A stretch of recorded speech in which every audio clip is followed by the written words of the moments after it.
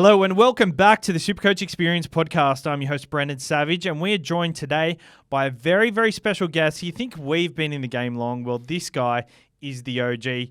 I've got the host of the NRL SuperCoach AllStars podcast, Barnsey. How are you, Barnsey? I'm good, Savs. Thanks for having me. It's a pleasure, and it's always nice to be an OG as well. So thanks for the props. You are seriously the OG of SuperCoach. For as long as I've been playing SuperCoach, you've been around. But All-Stars podcast, you're a part of that. How are you finding the off-season? Yeah, good. It's always one of those things when you're podcasting, and it's probably the same for everyone, where, especially for the All-Stars podcast, I try and make sure that I hate missing episodes. We hardly ever miss an episode. I always make sure that we get something out, and I always hate it when you don't. But it means that the season is so long. I love doing it. The preseason, I'm all pumped, and it's not to say that I don't like doing it towards the end. Yeah. But it's just such a long season. So, it's always great in the off-season because you get a bit of a rest, a bit rejuvenated. Yep. But you also get a bit thirsty for it to start again after a couple of months, which I'm starting to get to that point. It's nearly there, isn't it? I think me and you are quite similar in that regard. It's a very long season, and because All-Stars is your thing, part of the podcast is getting people on every week and making sure you've got Billy, who is a regular for your show.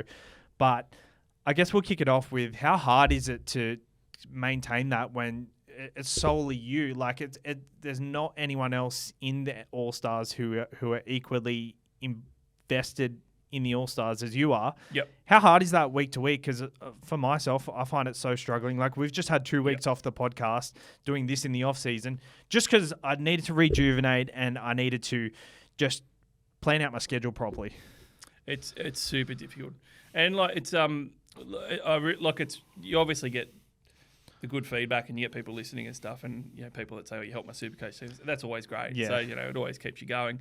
But I think that a lot of people, casual listeners or casual fans, don't understand how much work goes into it. And I've explained this to people before, and I probably put more in than what I should, or more in than maybe other people do. And that's not, negating what they do. It's just that I'm a bit of a perfectionist. So with me, I'll say to someone, it's a full-time, it's a full day's work almost what I do, because our recordings are long, and people say, wow, you released an hour 40 episode this week. That might be a 2.5 hour recording. And if you consider that it's 2.5 hours to record it, and then I have to listen to it all again because I edited it all myself, and that's at least 2.5 hours to listen, and obviously you're stopping and you're fixing stuff and whatever. So that's probably more 3.5 hours. Yeah. And then to get it out there and produce another half an hour. And then you're obviously, like you said, running around trying to get guests, and also doing research and run sheets and stuff. You're looking at maybe, even if you've got a real long one, maybe even a day and a half of actual work of putting it together. So if you try and do 2 a week, which I was trying to do with the Talking Footy, it's hard. There's a lot to do, and you have to really love it. As far as getting people on, it's become harder and harder. Yeah. It's not because people don't want to come on and everything, but I think that the progression of the podcasting and the community and stuff has been phenomenal, but it also makes it hard for a podcast like mine, because I could get Wilfred on all the time before. Wilfred was coming on to the All-Stars before he had the Champions podcast. And then he had the Champions podcast, which is a fantastic podcast. But because he's got that, it's harder for him to come on mine. Yeah. Likewise for pretty much everybody else that I would normally get on. So it makes it very, very difficult, but rewarding too still. Well, everybody in the SuperCoach world, I just don't bother during SuperCoach season, because it's just obviously, we try and help each other out here and there. I know Timmy comes on your show. Mikey goes on your show a couple of times a year. So it's good you've got them kind of floaters that help out each other's podcasts. I love that. But at the same time, it's it's so stressful. And the fact that you are cutting it down from 2.5 hours to 1.5 hours, and there's a 2-day turnaround, if that, Tuesday afternoon, you need this person to be free in this recording slot. It's a tough gig, isn't it? Yeah, it is. And the tight turnarounds is a big thing. I think that's one of the things with the Talking Footy episodes is there's a little bit more time and they're shorter. Whereas obviously with SuperCoach, we've got the lockout, and you got to get out there not just for that, but you got to get out there with people to have enough time to actually get the content. And again, with so many different podcasts and stuff, I know a lot of people like to listen to heaps, but you got to have enough time to do that. So you got to get out as early as possible. Yeah, we're all at the mercy of the 4:00 Tuesday team list coming out. So I mean, one day if you don't have any work on a Monday and you're like, oh cool, I could record it, you can't do it anyway. Yeah. So it's a bit hard because it's very time restrictive. You've got to record on a Tuesday. It's got to be after 4 o'clock.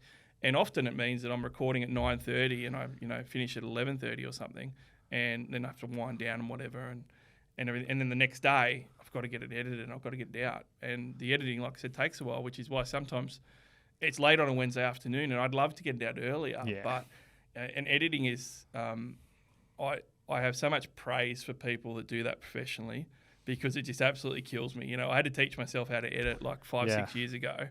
And it's just such a draining process that I find really difficult. Doing that week to week will be like, that's a lot more than I do. So what I do, because it's such a quick turnaround. Like with these podcasts, I have a bit more time to kind of play with them. But with the SuperCoach podcast, I was really particular with them at the start. But with Timmy coming into the podcast, he's an absolute rambler, absolute dribbler. Yeah. I just keep him short and just don't let anything happen. But sometimes it does happen, and I like to keep a rule, but I upload that audio straight as it is. Like, if there's anything in there that I know is a bit shouldn't go out to the public, I cut it out. But it's such a tough process. But you've been doing this for a long time. How long have you been doing it, and how did it start? I think it's about 6 years. 6 years? It must be about, maybe more. Yeah, it's probably more now. I think it's more, because I feel like every time someone asks me, I say 7 years. Yeah, about 7. I think you're right. I think it's about 7 seasons. So yeah, it's been a while. It's probably about 7 seasons now that we just finished the 7th one. I reckon consistently, this is probably our maybe 4th or 5th season. Like before that, it was kind of... You had a lot of ad hoc stuff. Yeah, exactly. Yeah. It was just very spur of the moment. But until we got into this routine of podcasting and stuff, what made you get into it? Look, I think I love footy and I love sport in general anyway. And I love talking about it. And it's one of those things I think that in this day and age as well, and this is probably very prevalent in, your beginnings and stuff with the SuperCoach Experience and stuff, where you just want to talk to your mates about it and stuff. Yeah. But at the same time, everyone's got busy lives and stuff and whatever. And inadvertently, I joke around that, because I'm an old man compared to a lot of the podcasters. But I play PlayStation with my mates, and that's how I catch up with them a lot of the time. And I'm talking to them on a headset, Yeah. Whereas 15 years ago, you didn't do that. You go to the pub and but you don't have as much time to do that.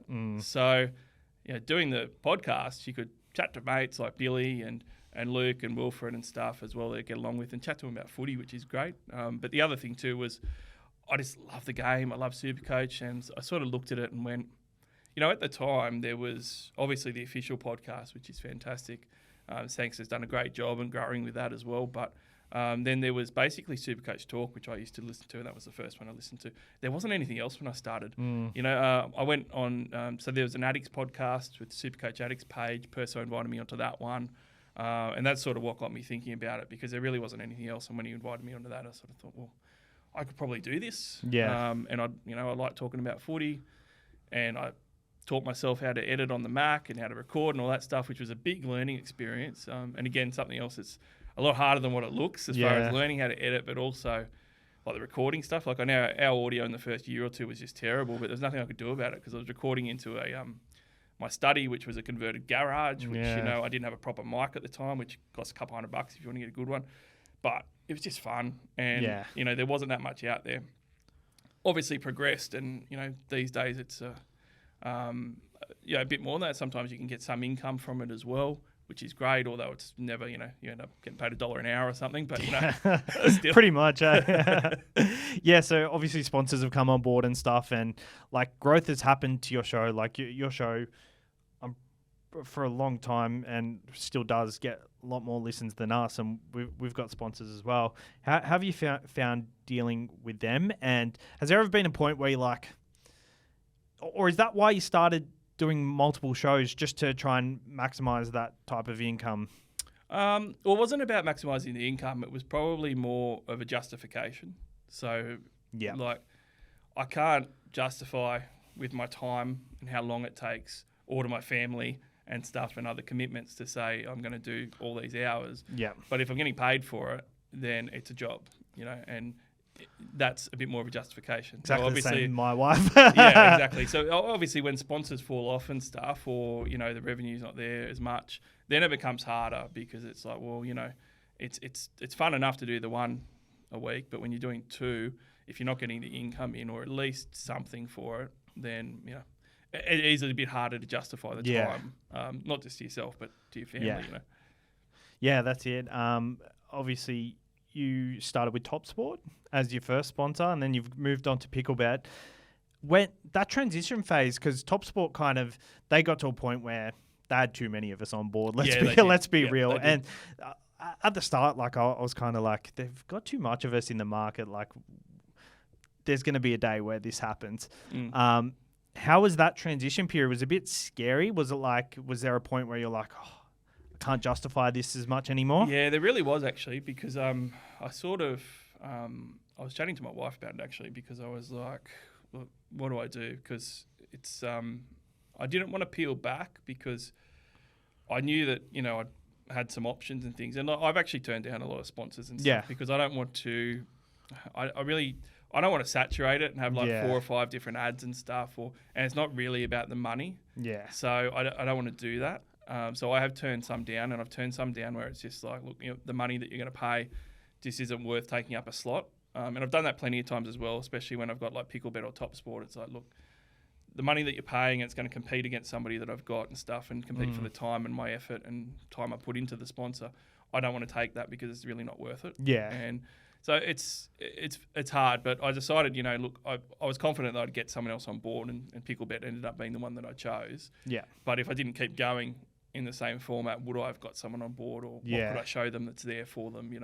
I think that it's always there. One of the things that's interesting in the podcasting world is that there is a lot of just one-off stuff, and that's the other trap that I didn't really want to go down. Like I did Manscaped for a couple of weeks. Yeah, we did too. And it wasn't worth it. And it was actually, like, not to smash Manscaped or anything, but I actually found it really hard to deal with them. Like I ended up, saying to them in the end, because there was a lot of paperwork because they're US based. Yeah. I filled it all out and stuff, and then they needed something else. And it was like, guys, I've spent like 3 hours on this, and like it's one slot, and like you're not doing it. Like it's just too much effort. I found the same thing. They sent us all this free shit. We promoted for one episode, and I was like, it's not worth it. Like that, they needed to put us on like a 1 month trial, and so pretty much what we needed to do is push it as hard as we could and get as many numbers buying their products as possible. But like with the champions in our space, kind of already having that market, it's not worth our time. Like it's with a bookie, it's a bit different because I think loyal listeners follow these kind of bookies and stuff, but with products like Manscaped, it's kind of hard. It's just like it's pretty niche, but yeah, I found it really interesting dealing with sponsors and stuff, and it's been a good way to justify it. And it's not the main thing that keeps you going, because obviously we started this because we love it, but it's also a nice way to keep progressing. What has been your best tactic of kind of growing the show? Because we've been in the market for a while now.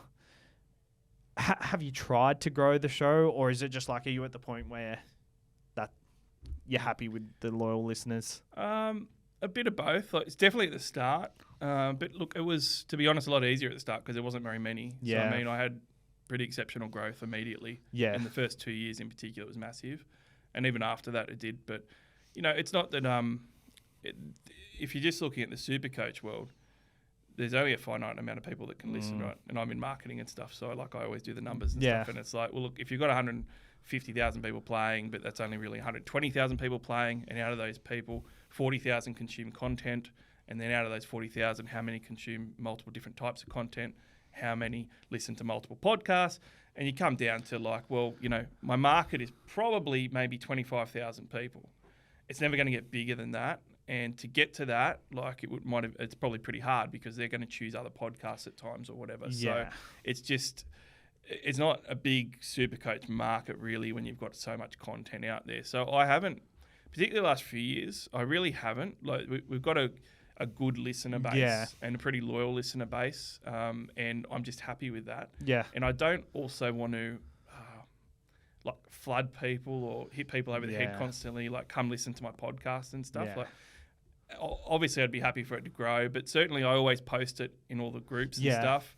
and on social media, and you hope that people will follow or whatever. And they do. Like you do lose people, but you also, there's a lot of new super coaches playing every year. There's a lot of new rugby league fans every year, and they go and gravitate towards, what content can I have? So I have tried at the start a lot. The last few years, I really haven't done it as much at all. Yeah, I find at the start of the year, you get like an influx of new players, new listeners, and that's always a nice time of the year. But probably last year was the first time where I didn't see it jump like in bulk. It kind of just gradually happened throughout the year, which was weird because like I used to promote our stuff kind of in Central and that sort of stuff, and lots of people used to come across from there.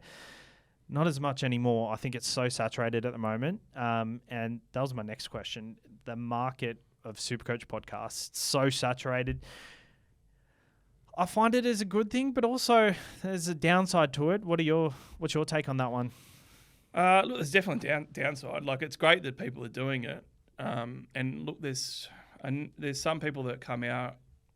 I think you can always get something out of every podcast. Yeah, for sure. And so it's really good that people are doing it. And there's things that won't be on our podcast, it might be on others and so forth. But as far as someone who creates a podcast and runs one, it's super difficult because it's not like, you've got the whole of Australia.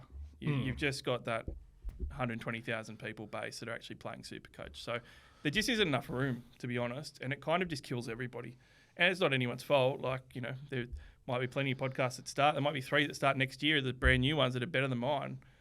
So you can't, like, I'd never say don't do it. Yeah. But it does saturate the market, and there's plenty of people that would listen to mine or yours that might have fallen off or don't anymore because they've just gotten onto another one and stuff. Yeah. And it just hurts everybody. And even new people coming in, like, I always wonder how long it's going to last. And you do see it often where it's like someone starts one, a few months later it's dead.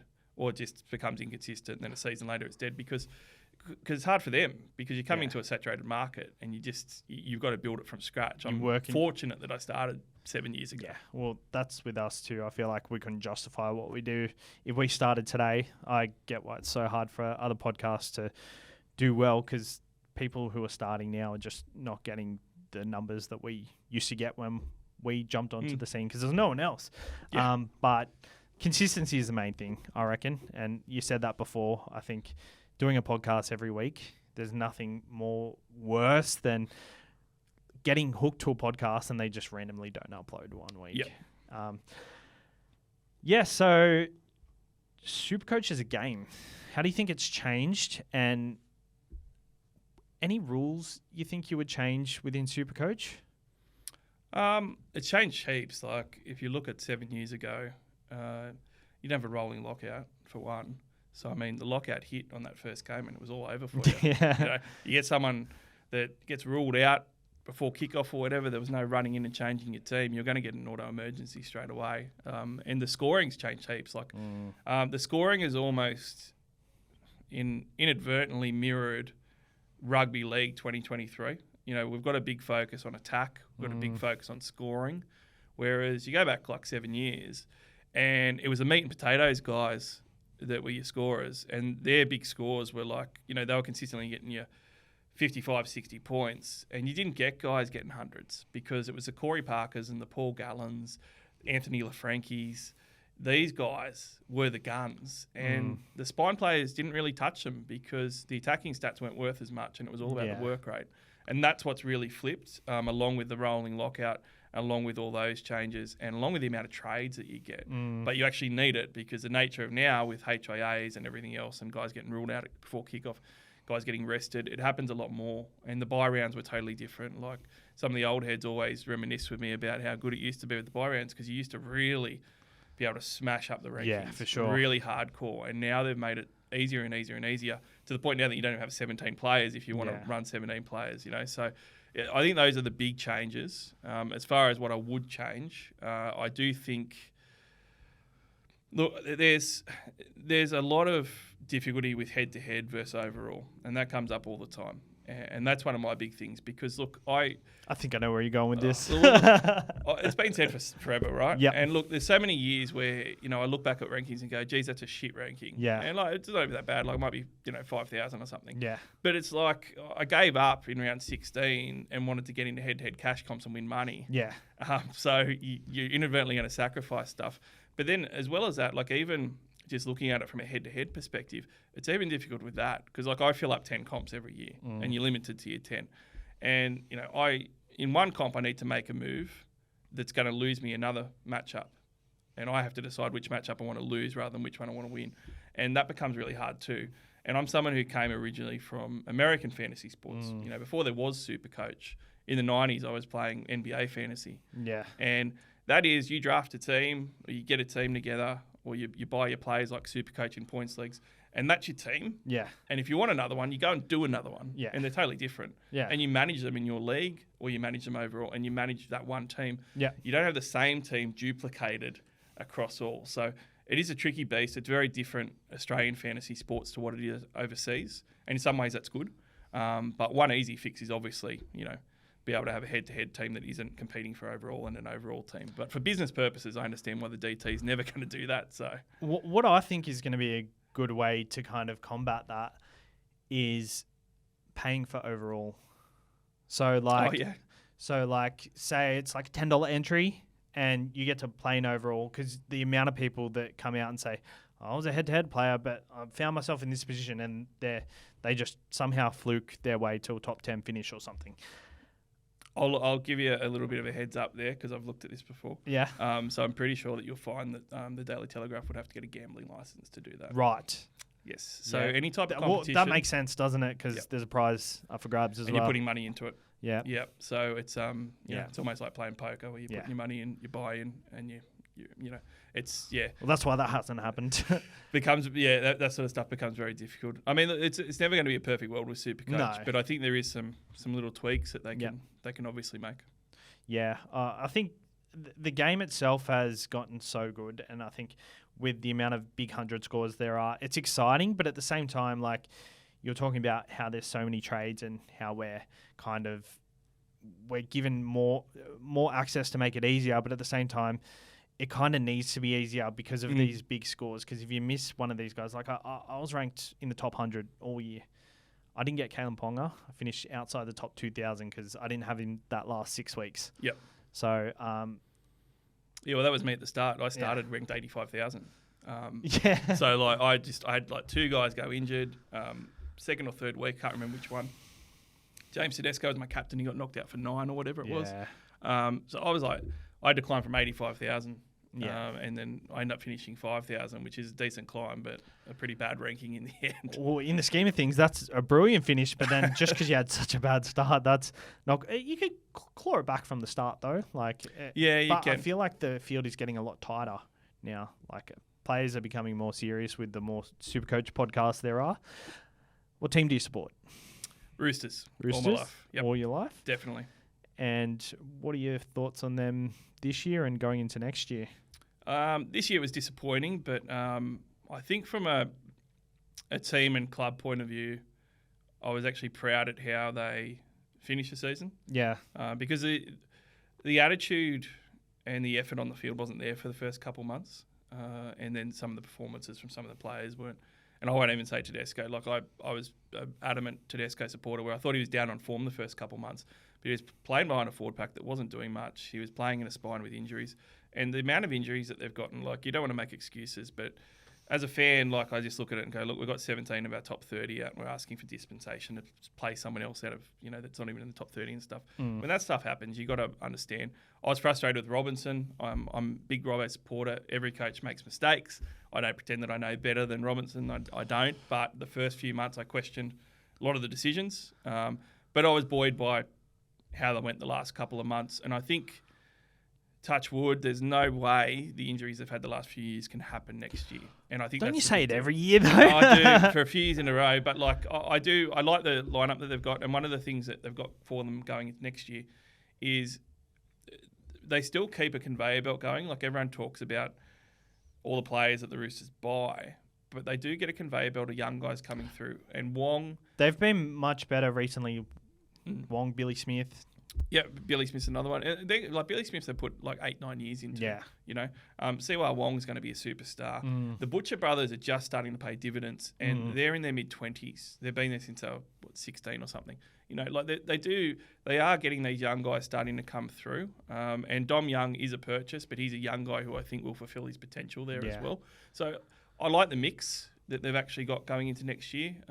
So I see that team as a top 4 team. I'm not going to go premiership, but I see him as a top 4 team right now. I like their squad. Tedesco, I feel like he got unfairly criticised this year. Like he was trying his guts out week in, week out. And yes, he's probably lost half a yard. Yeah, for sure. But he's still, his best assets are still there. He's just like, even for New South Wales, I think you could put that down to Freddie and his tactics. Like, I feel like there was just no game plan and they just had no direction.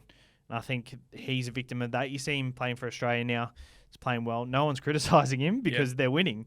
And he just does what he can. Well, I think the last couple of months of the season, like, and I've seen it so often, and you know, like rugby league fans are passionate, so I don't hate people that want to, you know, get in there and have a dig at me and stuff. But you know, I see it so often where people are like, Tedesco had an awful season, he was terrible. And it's like honestly, and like people will call me a biased fan, the last 2 months of the season, aside from Kalen Ponga, and Kalen Ponga, you know, moved for fullback to actually play that well anyway. But aside from Kalen Ponga, the last 2 months, to me, Tedesco was the best fullback in the game. Like, Edwards was very solid, but not spectacular the last 2 months. Walsh was amazing the first 2 months, and that crown was his, was all over. Yeah. But post-Origin, Walsh wasn't there. Post-Origin, Edwards was solid, not spectacular. And then you're looking at some of these other guys. You know, Tedesco, without Ponga, is the number 1 fullback that last 2 months. And that's when you want those guys performing, and that's when we needed to, because we don't make the playoffs, or the finals, I should say, without Tedesco. You can tell you're a big American sports guy. There's legitimately like 2 games out of those last 8 that he won by himself. Like one of them where he scored a double, and one of those tries was against a grain of play off a kickoff where he's stolen the ball on a 1-on-1 strip and then scored a try. Like, we had no right to win that game, and we actually probably shouldn't have, aside from Tedesco being playing, you know. I remember the back end of the season, I was so adamant that Tedesco was going to be, because his run was the draw they had was amazing, and he lived up to it. It's just the fact I didn't have Kalen Ponga is what killed me and what overshadowed him. But he still had it. He was just like in Ponga's shadow. That's the issue. Which everybody was. You know, Ponga was outstanding. I don't think anyone was close to him that last couple of months. Yeah. With Dom Young coming in, how do you think their backline looks? Do you think someone like Tupou makes way? There's absolutely no chance Tupou goes. Nah. None. I didn't think so, but it kind of looked like that'd be the way they go. There's been some teams, predicted team lists that have had him out, which I find puzzling. Tupou is unbelievably respected within the Roosters organisation. You know, he's a senior leader, even though he's a winger. He's been there forever, and he's still representative quality. Like, I wouldn't pick him over Brian Tyre or anything, but he's representative quality still, and he played very well last year. You know, and he's a weapon on that wing. It's his experience and his ability. Like, he hasn't actually played badly. He can't lose that spot. Yeah. To me, it really comes down to Swirly and Billy Smith. And it's an unfortunate position to be in, because Billy Smith, I remember watching him as a kid in lower grades, like 9 years ago, and saying, this is one of the best players I've ever seen. Like, I felt that way about a handful of players. Roger Tuivasa-Sheck was another one that I saw in lower grades, but Billy Smith was one. Moga was another one, and then he copped 3 knee injuries in a row and it was all over. But Billy Smith, he was going to be the best centre in Australia. And then he copped all those injuries. And now he's finally fulfilling his potential and played amazing last year. So it's really sad if he has to make way, but he might. Then the other one is Swirly, who, to me, if he's going to go to rugby, I don't really care how good he is, because to me it's neck and neck with the other guys and he's leaving. So I would actually use him differently. Now, I don't know whether Robbo's going to want to look at a bench utility role, in which case he's a big boy. He could be a roving role and also fill in the back line. And probably, you know, with the Roosters' injury history, half the year he'll end up playing in the back line anyway. You know, that's probably the way I would go. Yep. But it's out of those two.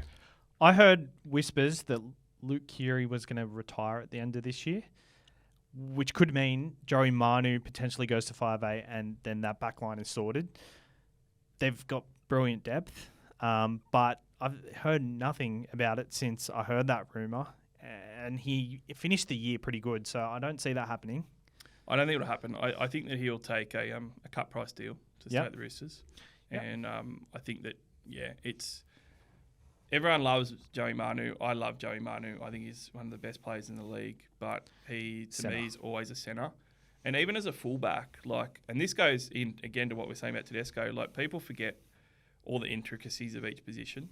And at fullback, the Roosters often get applauded for their defence, and the Roosters wall and stuff, when they actually are a premiership team, the defence is really good.